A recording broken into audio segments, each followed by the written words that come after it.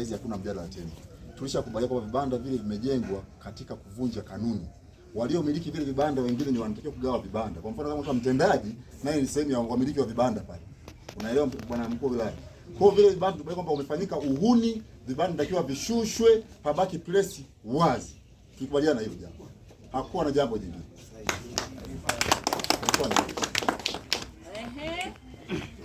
Diwani wenu ameshasema hakuna mtu anayeenda kubadilisha. Sawa. Sisi haya wanayoyasema wananchi au wanayoamua wananchi ndio tutakayo yafata, labda kama vinginevyo. Lakini watakayoyasema wananchi ndio tutakayompelekea, kwamba asilimia kubwa waliochangia walikuwa kadhaa na wamesema hivi na hivi na hivi. Waliosema hivi ni hivi na hivi na hivi. Kwa hiyo msiogope kuhusiana na mtu yeyote anayesema, hata kama afisa mpaka sasa hivi bado unahoja. Hauna hoja.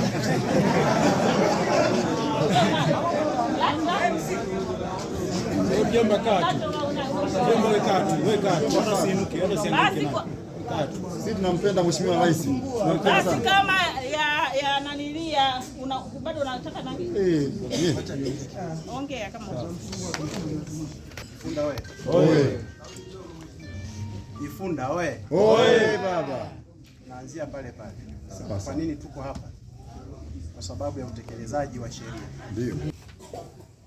Nieleze kuhusu utaratibu. Limefika kwenu, si ndio? Hapa mmesema kuna watu waligaua vibanda, si ndio? Walitoa hadi rushwa, mmesema. Ndio. Iundwe kamati. Mzee. Hiyo mambo ndio amni. Zaidi ya mara 4. Hivi mkuu wa wilaya anazalaulika au? Mzee, hapana mzee.